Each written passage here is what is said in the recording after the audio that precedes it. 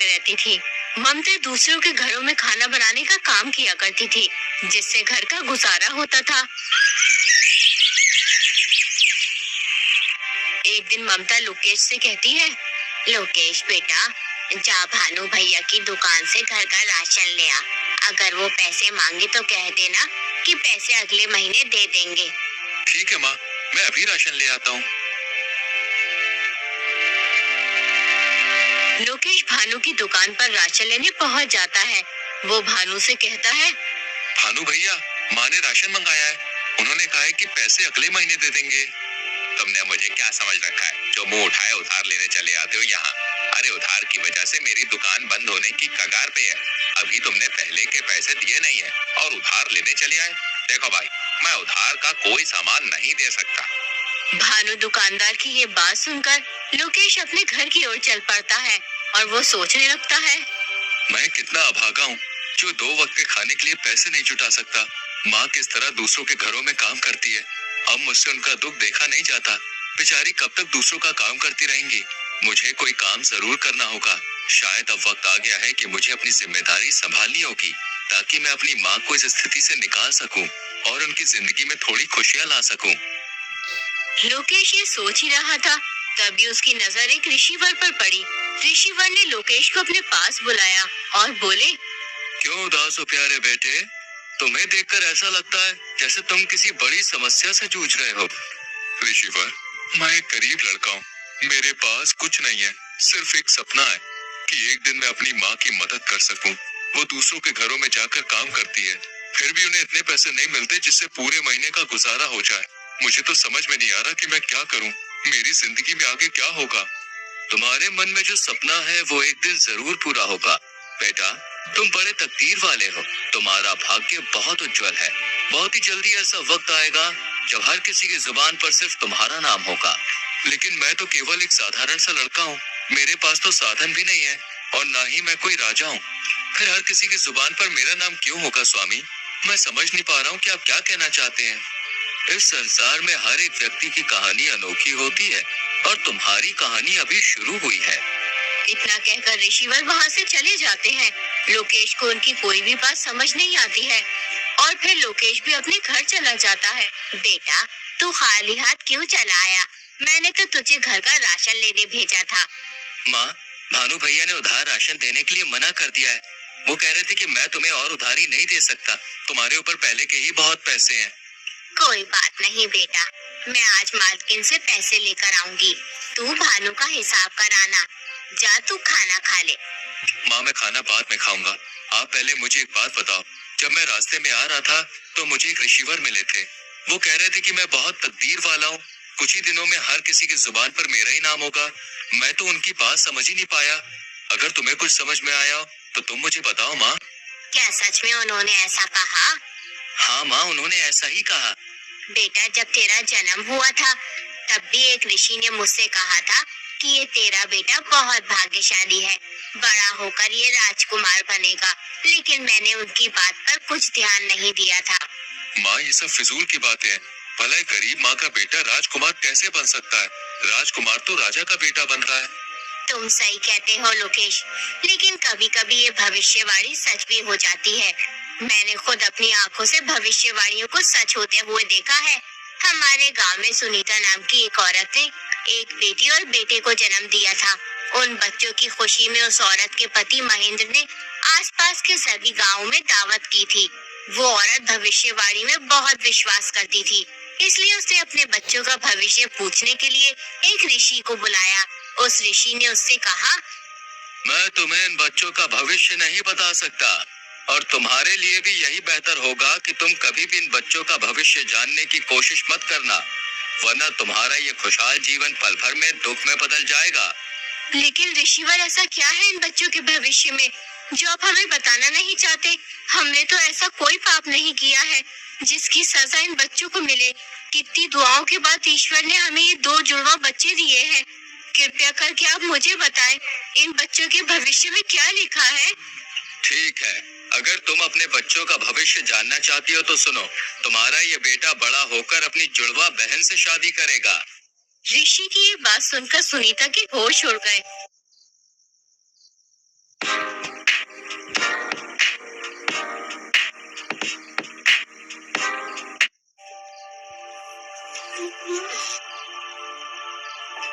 ऐसा कैसे हो सकता है ऋषिवर? भला एक भाई अपनी बहन से कैसे शादी कर सकता है? मैं ये भविष्यवाणी नहीं मानता। तुम झूठ बोल रहे हो। मैं आपकी बातों पर विश्वास नहीं कर सकता। अगर बेटा तुम्हें मेरी बातों पर विश्वास नहीं तो कोई बात नहीं। जब समय आएगा तो तुम सब खुद देख लोगे। इतना कहकर ऋषिवर वहाँ से चले जाते हैं।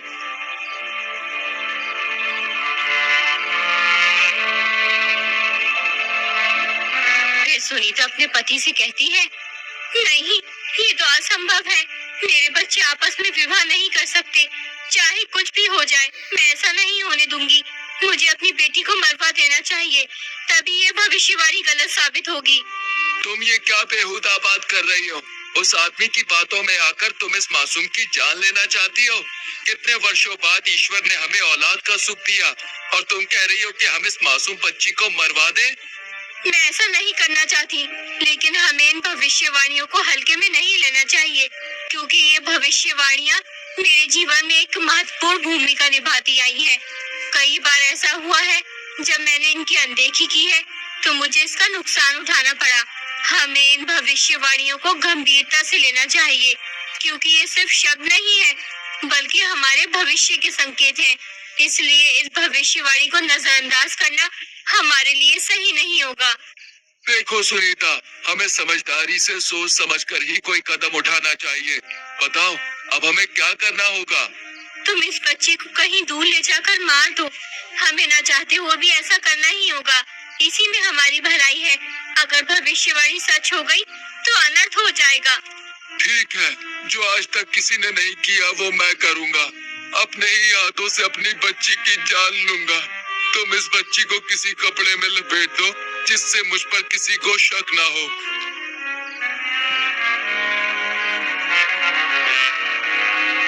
वो आदमी उस बच्ची को एक ऊंची पहाड़ी पर ले जाता है और फिर उसे पहाड़ी से नीचे फेंक देता है, लेकिन वो बच्ची किसी तरह बच जाती है। एक अमीर आदमी उस जगह से गुजर रहा होता है, तभी उसकी नजर उस बच्ची पर पड़ती है। अरे वाह, कितनी प्यारी बच्ची है। लेकिन ये बच्ची इस जंगल में क्या कर रही है? इसे यहाँ पर कौन छोड़कर गया होगा? मुझे इसे अपने साथ लेके जाना चाहिए, वरना इसे कोई जंगली जानवर खा जाएगा।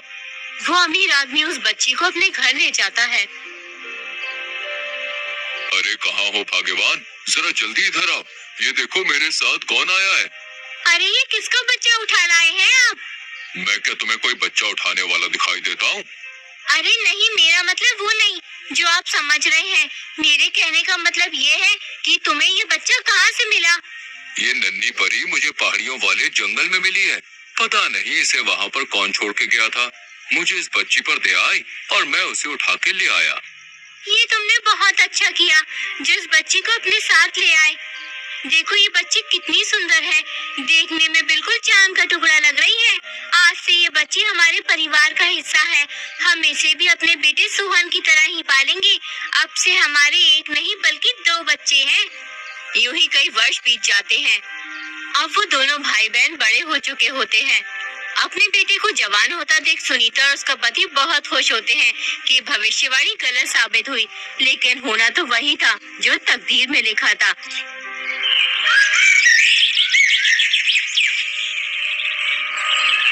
एक दिन सुनीता का लड़का किसी काम से बाहर कहीं दूर जा रहा होता है। तभी रास्ते में उसकी नजर अमीर आदमी की बेटी पर पड़ती है। उसे देखकर वो सब कुछ भूल जाता है। वो अपने माँ बाप को बगैर कुछ लड़की से शादी कर लेता है और उस लड़के घर ले आता है।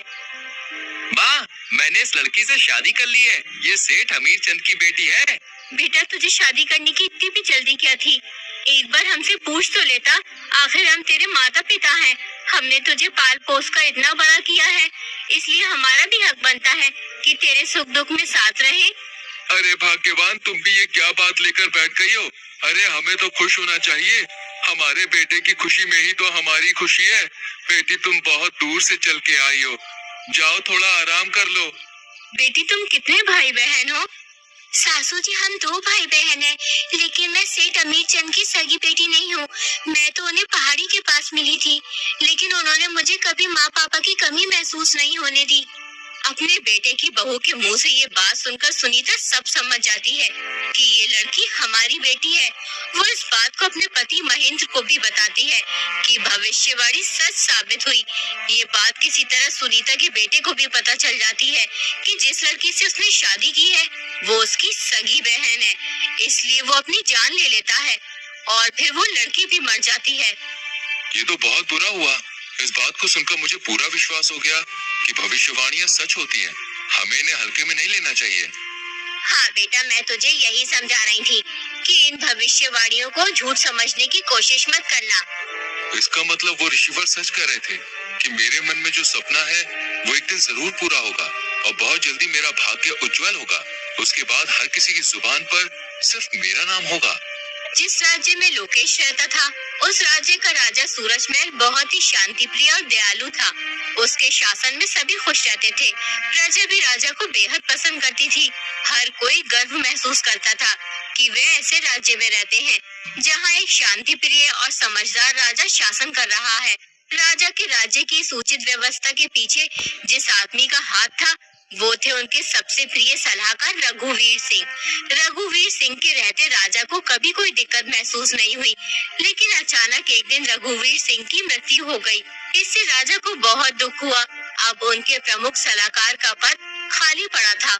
वो चाहते थे कि पूरे राज्य में सबसे बुद्धिमान और जवान आदमी को ये पद मिले, इसलिए वो अपने मंत्री से कहते हैं, पूरे राज्य में घोषणा करवा दो कि जो भी व्यक्ति राजा की 3 पहेलियों का सही जवाब देगा उसे राजा 1000 सोने के सिक्के और अपना प्रमुख सलाहकार नियुक्त करेंगे। अगले ही दिन मंत्री ढिंडोरजी को घोषणा करवाने के लिए भेज देते हैं। सुनो ए लोगों, महाराज सूरजमल का ताजा फरमान जरा गौर से सुनो। महाराज के सबसे प्रिय सलाहकार रघुवीर सिंह की अचानक मृत्यु हो गई है, इसलिए अब उनका पद खाली है। जो भी व्यक्ति महाराज की 3 पहेलियों का सही जवाब देगा उसे महाराज 1000 सोने के सिक्के और अपना प्रमुख सलाहकार नियुक्त करेंगे। कौन जाने अब हमारे मुल्क का क्या होगा। क्यों बाबा, कोई आफत आ गई है सलाहकार की मृत्यु होने से? बेटा, आफत तो कुछ नहीं आई। रघुवीर सिंह बहुत ही अच्छा इंसान था। ईश्वर अच्छे इंसान को जल्द ही अपने पास बुला लेता है। बेचारा हमेशा प्रजा की भलाई चाहता था। मैंने कितने ही सलाहकारों को बदलते देखा है, मगर यकीन मानो रघुवीर सिंह जैसा कोई नहीं था। वो हमेशा गरीब मजलूम लोगों के हित में ही सोचता था। पता नहीं अब राजा का नया सलाहकार कौन बनेगा जो हम जैसे गरीबों के बारे में सोचेगा। अगले ही दिन राजमहल में बहुत से आदमी जाते हैं, लेकिन कोई भी राजा की पहेलियों का जवाब नहीं दे पाता है। यूं ही 3 दिन गुजर जाते हैं। एक दिन लोकेश अपनी माँ से कहता है, माँ, क्यों ना एक बार मैं महाराज के पास जाकर इन पहेलियों का जवाब दूं? बेटा, राजा हर बार पहेली बदल कर पूछता है। अभी तक कोई भी तीनों पहेलियों का सही जवाब नहीं दे पाया है। बहुत से अक्लमंद लोगों ने पहेलियों का जवाब देना चाहा, लेकिन हर कोई नाकाम रहा। तुम उन अमीर लोगों के बीच कैसे जा सकते हो? वहाँ बहुत ही तजुर्बेकार और होशियार लोग आए हुए हैं। माँ, बिल्कुल भी परेशान ना हो, मैं महाराज के पास जरूर जाऊंगा। सोचो, अगर मैंने पहेलियों के जवाब दे दिए तो 1000 सोने के सिक्के मिलेंगे। फिर तुम्हें किसी के घर जाकर काम करने की जरूरत नहीं होगी और मैं भी महाराज का सलाहकार बन जाऊंगा। ठीक है बेटा, तू इतना कह ही रहा है तो जा। मेरी दुआएं तेरे साथ हैं। ईश्वर तेरी हिफाजत करे। अलमारी शब्द किस भाषा से आया है? आप गैस भी नहीं कर पाओगे। ये गूगली देने वाला सवाल है। गूगल पे ढूंढोगे तो जानोगे। क्यूरियस? तो जाओ सर्च करो।